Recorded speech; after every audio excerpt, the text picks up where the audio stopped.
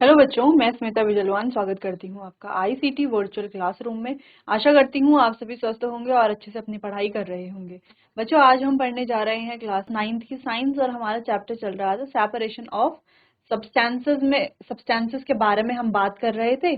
ठीक है, exploring mixtures and their separation हमारा चैप्टर चल रहा था। तो हम सेपरेशन के बारे में बात कर रहे थे। उससे पहले काफी सारे टॉपिक हमने डिस्कस कर लिए थे, उन्हें एक बार हम रिवाइज करेंगे, फिर आगे चैप्टर को कंटिन्यू करेंगे। तो चलिए, तो मैटर के बारे में हमने डिस्कस कर लिया था, प्योर सब्सटेंस क्या होते हैं, मिक्सचर्स क्या होते हैं, ये हमने अपने लास्ट लेक्चर में देख लिया था। अब ये जो सॉल्यूशन है, सॉल्यूशन क्या होते हैं, ये किससे मिल करके बनते थे कि देखो, सॉल्यूशन के दो मेन कंपोनेंट होते हैं, एक होता है सॉल्यूट और एक होता है सॉल्वेंट। सॉल्यूशन अलग अलग तरह के होते हैं, सॉलिड सॉल्यूशन भी होते हैं, लिक्विड सॉल्यूशन भी होते हैं और गैसेस सॉल्यूशन भी होते हैं। तो अलाउ एग्जांपल है सॉलिड सॉल्यूशन का, ठीक है, सॉलिड इन सॉलिड सॉल्यूशन का। क्लियर। फिर हमने बात की थी सॉल्यूट और सॉल्वेंट की, कि सॉल्यूशन बना हुआ होता है सॉल्यूट और सॉल्वेंट से। कैसे हम आइडेंटिफाई कर सकते हैं सॉल्यूट और सॉल्वेंट को, देखो, तो सॉल्यूट वो कंपोनेंट होते हैं जो किसी चीज में या सॉल्वेंट में जो डिसॉल्व होते हैं उन्हें सॉल्यूट कहा जाता है और ये लेसर अमाउंट में प्रेजेंट होते हैं। वहीं अगर हम सॉल्वेंट की बात करें तो सॉल्वेंट डिसॉल्व करते हैं सॉल्यूट को और ये लार्जर अमाउंट में कहें या हम कहें कि ये लार्जर अमाउंट में प्रेजेंट होते हैं। ठीक है, जैसे हम कहें कि 10 ग्राम, अगर कहा जाए कि 10 ग्राम शुगर डिसॉल्व की गई है 100 ग्राम वाटर में, ठीक है, तो आप क्या कहेंगे, कौन सा सॉल्यूट है कौन सा सॉल्वेंट है। तो जो कम अमाउंट में प्रेजेंट है, जैसे कि ये क्या हो गया हमारा सॉल्यूट, और वाटर क्या हो गया, वाटर हो गया हमारा सॉल्वेंट। क्लियर। चलिए, तो ये तो काफी इजी था, आगे बढ़ते हैं। तो चलो, यहाँ पे अलग अलग एग्जाम्पल हमने देख लिए थे। हम बात कर रहे थे सॉल्यूशन की प्रॉपर्टीज के बारे में। अब अगर हम सॉल्यूशन की प्रॉपर्टीज को डिस्कस करें तो यहाँ पर सॉल्यूशन की कई सारी प्रॉपर्टीज होती हैं, हम कुछ मेन प्रॉपर्टीज ही डिस्कस करेंगे। सबसे पहली प्रॉपर्टी है कि सॉल्यूशन होते हैं होमोजीनस मिक्सचर, यानी कि यहाँ पर कितने कंपोनेंट मिले हुए, कौन कौन से कंपोनेंट हैं, ये हम देख करके नहीं बता सकते हैं। ठीक है, कि कितने कंपोनेंट है, क्या कंपोनेंट है। जैसे मान लीजिए शुगर और पानी का कोई सॉल्यूशन है, ठीक है, और शुगर और पानी का हमने सॉल्यूशन बनाया, तो क्या पानी में देख करके हम बता सकते हैं कि इसमें चीनी है या नहीं है? नहीं बता सकते हैं ना, अनटिल हम उसको टेस्ट ना करें। टेस्ट करेंगे तो हम शुगर को पहचान तो तभी भी नहीं पाएंगे, लेकिन तब हम क्या कर पाएंगे, जो स्वीट टेस्ट हमें आएगा उसे हम फील कर पाएंगे कि हाँ ये स्वीट हो रहा है, तो यानी कि इसमें शुगर होगी। ठीक है, वरना देख करके तो हम नहीं बता पाएंगे। क्लियर है। तो चलिए, तो बात करते हैं सॉल्यूशन की और प्रॉपर्टीज की। तो देखो बच्चों, पहली प्रॉपर्टी तो यही है कि सॉल्यूशन होते हैं होमोजीनस मिक्सचर। ठीक है, दूसरी प्रॉपर्टी के सॉल्यूशन के जो पार्टिकल्स होते हैं, सॉल्यूशन जो है उसके जो पार्टिकल हैं वो काफी ज्यादा छोटे होते हैं। इतने ज्यादा छोटे होते हैं कि उन्हें नेकेड आई से देखा नहीं जा सकता, यानी कि नग्न आंखों से हम उन्हें नहीं देख सकते, इतने छोटे उसके पार्टिकल होते हैं। तीसरा है कि सॉल्यूशन के पार्टिकल छोटे होते हैं, इस वजह से वो लाइट को स्कैटर नहीं कर पाते और लाइट का जो पाथ है वो हमें विजिबल नहीं होता, लाइट का पाथ हमें दिखाई नहीं देता। ठीक है, और सॉल्यूशन जो है उन्हें हम फिल्ट्रेशन जैसी टेक्निक से सेपरेट नहीं कर सकते। जैसे मान लीजिए हम अगर फिल्ट्रेशन टेक्निक करते हैं तो करते कैसे हैं, पहले हम क्या करते हैं, इसे कुछ स्टेप्स हैं। क्या क्या स्टेप्स हैं, यहाँ पे एक शॉर्ट कट में देख लेंगे, है ना, शॉर्ट फॉर्म में देख लेंगे फटाफट से। तो पहला हम फिल्टर पेपर लेते हैं, इसको इस तरीके से फोल्ड करेंगे फिल्टर पेपर को, ये ऐसा होगा, इसको अगेन फोल्ड करेंगे तो ये एक कोन का शेप ले लेगा ये फिल्टर पेपर। ठीक है, फिर हमें चाहिए एक फनल, हमें एक फनल चाहिए। ठीक है, एक स्टैंड चाहिए, एक बीकर चाहिए, बीकर चाहिए, और एक क्या चाहिए, सॉल्यूशन चाहिए। मान लो ये हमारे पास शुगर प्लस वाटर का एक मिक्सचर है, जो एक होमोजेनस मिक्सचर है, या हम कहें कि सॉल्यूशन है। ये हम कैसे करेंगे, यहाँ पे एक्टिविटी परफॉर्म, यहाँ पर हमने स्टैंड ले लिया। ठीक है, इस स्टैंड पर हमने क्या कर लिया है, ये जो हमारा फनेल था इसको हमने इस पर अच्छे से फिट कर लिया है। फनेल के अंदर हमने डाल दिया है हमारा फिल्टर पेपर, फनेल के अंदर डाल दिया है फिल्टर पेपर। ऐसे कोन शेप, फनल वाला शेप ही दिया था, उसको कोन शेप दिया था। ठीक है, नीचे हमारा है एम्प्टी बीकर, खाली है, और ऊपर से जो दूसरा बीकर है हमारा, इससे हम क्या कर रहे हैं, इसमें क्या है, शुगर और वाटर का सॉल्यूशन। ठीक है, शुगर और वाटर के सॉल्यूशन को इस तरीके से हम किस में डाल रहे हैं, फिल्टर पेपर पर डाल रहे हैं जो कि फनल में लगा हुआ है। फिर इससे क्या होगा, ड्रॉप वाइज सारा का सारा सॉल्यूशन वैसा का वैसा आ जाएगा। ये भी क्या है, ये भी शुगर प्लस वाटर ही है, ये भी क्या है, ये भी शुगर प्लस वाटर ही है, दोनों ही क्या है, शुगर और वाटर का मिक्सचर है। ठीक है, तो यहां से क्या समझ में आ रहा है, होना क्या चाहिए था, शुगर को ऊपर अलग हो जाना चाहिए था, पानी को नीचे आ जाना चाहिए था, तब क्या होता कि ये सेपरेट हो जाते। लेकिन हमने क्या देखा कि यहाँ से जैसे हमने शुगर वाटर डाला, सेम फिल्टर से, फिल्टर पेपर से होते हुए सेम वही शुगर वाटर नीचे भी आ गया, तो यहाँ पर कोई भी सेपरेशन नहीं हुआ।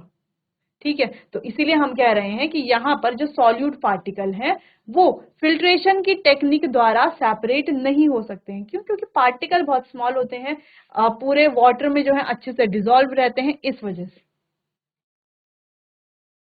ये सॉल्यूशन कैसे होते हैं, स्टेबल होते हैं, यानी कि कुछ समय रखने पर ये सेटल डाउन नहीं होते। अब सेटल डाउन होने का मतलब है कि अगर हम शुगर और वाटर के मिक्सचर को ऐसे ही छोड़ दें, ठीक है, कुछ घंटों तक छोड़ दें, फिर कुछ घंटों के बाद आकर के जब हम चेक करेंगे तो हमें क्या दिखेगा, जैसा हम छोड़ करके गए थे शुगर वाटर का सॉल्यूशन वैसा का वैसा ही रहेगा। ऐसा नहीं होगा कि शुगर जो है, शुगर के पार्टिकल नीचे को सेटल हो जाए, यानी कि सेपरेट हो जाए या अलग हो जाए, ऐसा यहाँ पर नहीं होगा। इसीलिए इन सॉल्यूशन को कहा जाएगा कि ये कैसे होते हैं, सॉल्यूशन कैसे होते हैं, स्टेबल होते हैं। ठीक है, तो यहाँ पर हमने प्रॉपर्टीज देख ली है सॉल्यूशन की।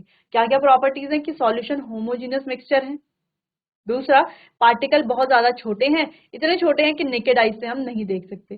तीसरा, पार्टिकल छोटे होने की वजह से ये लाइट को स्कैटर नहीं करते और लाइट का पाथ हमें यहाँ पर विजिबल नहीं होता। चौथा पॉइंट है कि इन्हें हम फिल्ट्रेशन टेक्निक से सेपरेट नहीं कर सकते। पांचवा पॉइंट है कि सॉल्यूशन कैसे होते हैं, स्टेबल होते हैं, ये सेटल डाउन नहीं होते हैं। यहाँ पर जो सॉल्यूट पार्टिकल है वो सेटल डाउन नहीं होते हैं, और जो सॉल्यूशन है ये बनता है सॉल्यूट और सॉल्वेंट से मिल करके। क्लियर, चलिए तो ये पॉइंट आप एक बार देख लीजिए, फिर आगे बढ़ते हैं।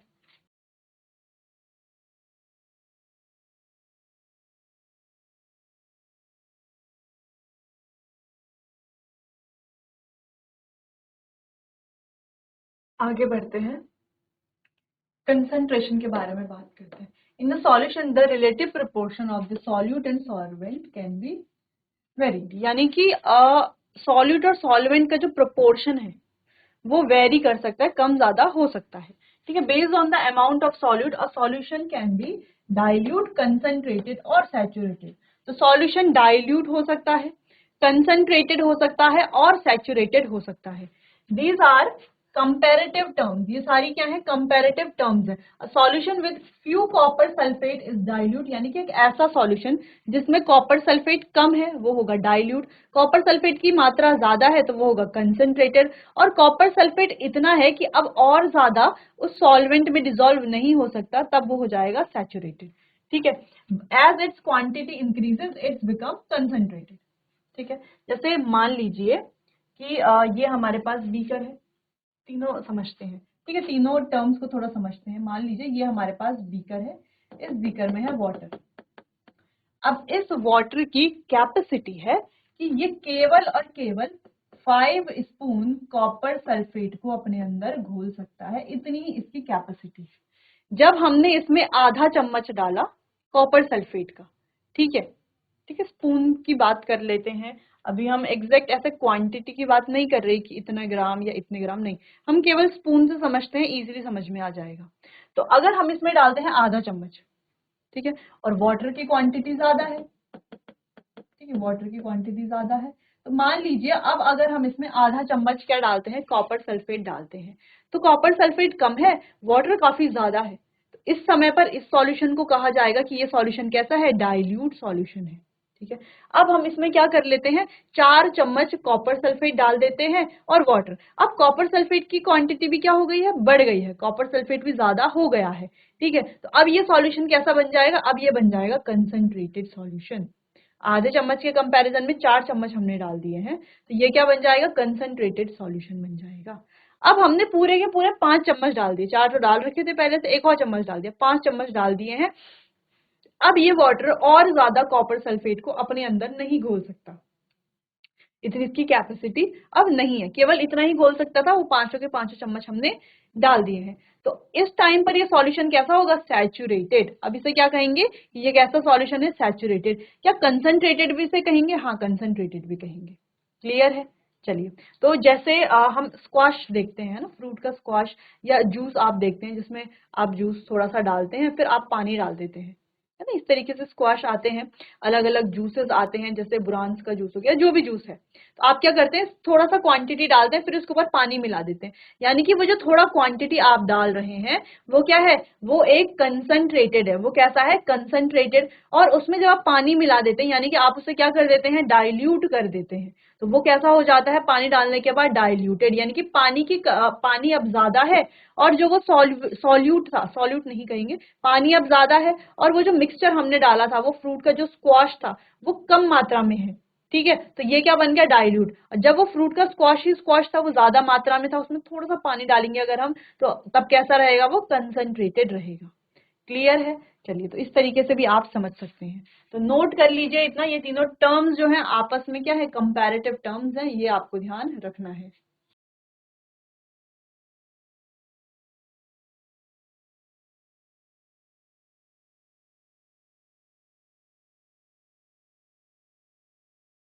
आगे बढ़ते हैं।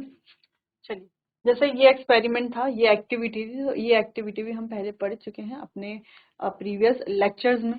यहाँ पर हमें क्या दिख रहा है कि सॉल्यूट जो है वो डिसॉल्व हो रहा है जब हम कंटिन्यूस स्टिर कर रहे हैं। यहाँ पर further addition of solute can not dissolve. अब हमने क्या किया, हमने एक बीकर लिया, उसमें जो भी वाटर था वो था, उसके अलावा हमने क्या डाला, सॉल्यूट डाला, ठीक है। सॉल्यूट हमने शुगर ले लिया, सॉल्ट ले लिया, कुछ भी हम ले सकते हैं, वो हमने डाला और डिसॉल्व किया। कंटिन्यूस स्टिर करते रहेंगे तो वो डिसॉल्व होता रहेगा, लेकिन हमेशा वो डिसॉल्व नहीं होगा। एक टाइम ऐसा आएगा कि वाटर की जितनी कैपेसिटी है, वाटर उतना ही तो होल्ड करके रखेगा सॉल्यूट को, उतने ही पार्टिकल को तो अपने अंदर घोलेगा, ठीक है। तो अगर हम क्या करते हैं, ज्यादा एडिशन करते हैं सॉल्यूट का, तो सॉल्यूशन कैसा बन जाएगा, पहले सैचुरेटेड बन जाएगा, ठीक है। उसके बाद जो फर्दर जो हम और एडिशन कर रहे हैं, उसको सॉल्यूशन या सॉल्वेंट जो भी वाटर हमने लिया है, उसको वो वाटर और ज्यादा नहीं डिसॉल्व नहीं करेगा। तो हम क्या करते हैं, उसकी सॉल्युबिलिटी बढ़ाने के लिए, उस वाटर की जो घुलनशीलता है, क्योंकि मान लीजिए वाटर जो हमने एक बीकर भर के वाटर लिया है, इतना हमने वाटर लिया है, जितनी भी क्वांटिटी है, मान लीजिए हमने 50 ml वाटर लिया है, इस 50 ml वाटर की कैपेसिटी है केवल 5 चम्मच चीनी घोलने की या 5 चम्मच नमक घोलने की। अब हम उसमें 10 चम्मच चीनी डाल देंगे तो वो केवल 5 चम्मच को ही घोल पाएगा, और 5 चम्मच क्या हो जाएंगे, ऐसे ही रह जाएंगे, फिर हमें 5 चम्मच चीनी अलग से दिखाई देने लगेगी, ठीक है। हम क्या कर सकते हैं, उसकी घुलनशीलता केवल 5 चम्मच की है, 5 चम्मच वो घोल सकता है, लेकिन हम क्या कर सकते हैं, टेम्परेचर को बढ़ा करके, यानी कि उस सॉल्यूशन को हीट करके उसकी घुलनशीलता को बढ़ा सकते हैं। अच्छा, ये हर जगह पर ये काम नहीं करता है कि हर हर सॉल्यूशन का टेम्परेचर बढ़ा करके घुलनशीलता बढ़ा दी जाए, ऐसा हर उसमें काम नहीं करता है, लेकिन यहाँ पर लिक्विड सॉल्यूशन में ये आमतौर पर काम करता है। बाकी हम इसको आगे डिस्कस करेंगे कि कहाँ पर ये काम करता है, कहाँ पर ये काम नहीं करता है। तो यहाँ पर वही दिखाया जा रहा है, यहाँ पर वही हमें समझना है कि हम क्या करते हैं, हमने फर्दर एडिशन किया तो सॉल्यूट कैन नॉट डिसॉल्व, उसके बाद सॉल्यूट डिसॉल्व नहीं हुआ, फिर हमने यहाँ पर देखो हीट दी इसे, यानी कि टेम्परेचर इंक्रीज किया बेसिकली, तो यहाँ पर सॉल्यूट क्या होने लग गया, डिसॉल्व होने लग गया हीट करने पर। अब हम इसमें और सॉल्यूट भी डिसॉल्व कर सकते हैं, तो टेम्परेचर बढ़ने पर सॉल्यूशन की सॉल्युबिलिटी भी बढ़ जाती है, ठीक है। चलिए, तो वही यहाँ पर था कि as the temperature rise more solute can be dissolve. तो जैसे ही टेम्परेचर राइज करता है, ज्यादा सॉल्यूट डिसॉल्व हो सकता है, ठीक है। जैसे आप घर में ये कर सकते हैं एक्सपेरिमेंट। आपको क्या करना है, एक ग्लास लेना है, उसमें 4-5 चम्मच नमक डाल देना है। आप देखोगे 3 चम्मच तक नमक तक तो घुल जाएगा, 4 चम्मच भी घुल जाएगा, लेकिन 5वां चम्मच, 6वां चम्मच, 7वां चम्मच नमक जब आप डालेंगे तो आप क्या देखेंगे, वो नमक जो है नीचे नीचे इकट्ठा होने लगेगा, नीचे नीचे सेटल डाउन होने लगेगा वो एक्स्ट्रा नमक जो है। ठीक है, क्योंकि अब वो सॉल्यूशन सैचुरेटेड बन गया है, अब उस एक्स्ट्रा नमक को वो डिसॉल्व नहीं करेगा। तो हम क्या कर सकते हैं, जैसे हम उस वाटर को किसी पैन में डाल करके उसको क्या करेंगे, और ज्यादा हीट करेंगे, ज्यादा हीट करेंगे। तो ज्यादा हीट करने पर क्या होगा, वो जो वाटर है वो बॉयल होने लगेगा, और टेम्परेचर बढ़ने पर उसकी सॉल्युबिलिटी भी बढ़ेगी, वो पूरे नमक को अपने अंदर घोल लेगा अच्छे से। ठीक है, चलिए इतना ही यहाँ पर था। चलिए, तो solubility is the maximum amount of solute that can dissolve in 100 ml of solvent at a given temperature। यानी गिवन टेम्परेचर पर 100 ml सॉल्वेंट में कितना अमाउंट ऑफ सॉल्यूट डिसॉल्व हो सकता है, वही हमारी सॉल्युबिलिटी है। सैचुरेटेड सॉल्यूशन क्या है, a solution that can not dissolve any more solute at a given temperature. तो सैचुरेटेड सॉल्यूशन हमें पता है कि जो और ज्यादा सॉल्यूट को डिसॉल्व नहीं कर सकता एक गिवन टेम्परेचर पर। ठीक है, जैसे हमने कहा कि मान लीजिए ग्लास ऑफ वाटर हमारे पास है, वो केवल 4 चम्मच चीनी ही डिसॉल्व कर सकता है, उससे ज्यादा नहीं कर सकता। तो जब हम उसमें 4 चम्मच चीनी डाल देंगे तो उसके बाद वो सॉल्यूशन कैसा बन जाएगा, सैचुरेटेड बन जाएगा। अब उसमें और शुगर डिसॉल्व नहीं हो सकती। अब सॉल्युबिलिटी सीसॉ देख लेते हैं। देखो, सॉलिड सॉल्यूट्स यानी कि solubility generally increase with temperature. अगर सॉल्यूट क्या है, हमारे सॉलिड है, तो सॉल्युबिलिटी जनरली इंक्रीज होती है टेम्परेचर के बढ़ने पर। लेकिन गैसेस की बात करें तो solubility generally decreases with temperature. तो अगर हम गैसेस की बात करते हैं तो गैसेस का टेम्परेचर बढ़ने पर सॉल्युबिलिटी इंक्रीज नहीं होती बल्कि डिक्रीज होती है। जैसे हम बात करें वाटर में ऑक्सीजन, है ना, तो जो कोल्ड वाटर है उसमें ज्यादा ऑक्सीजन होती है as compare to warm water.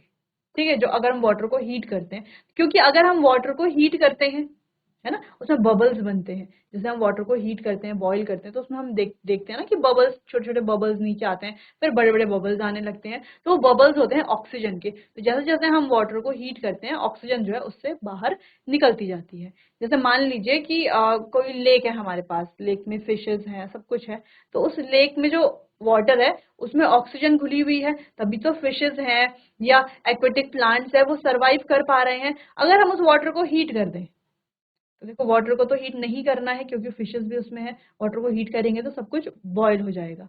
ठीक है, लेकिन अगर हम वाटर को हीट करते हैं तो उसकी सॉल्युबिलिटी क्या हो जाएगी, कम हो जाएगी, बढ़ेगी नहीं, इंक्रीज नहीं होगी, डिक्रीज होगी। ठीक है, तो solubility curve is a graph showing solubility versus temperature for a substance, वो हम आगे डिस्कस करेंगे। फिलहाल आप यहाँ पर देख लीजिए कि टेम्परेचर बढ़ने पर सॉलिड सॉल्यूट की जो सॉल्युबिलिटी है वो तो इंक्रीज होती है, लेकिन गैसेस की जो है वो सॉल्युबिलिटी जनरली डिक्रीज होती है। ठीक है, टेम्परेचर के साथ, नोट कीजिए इतना।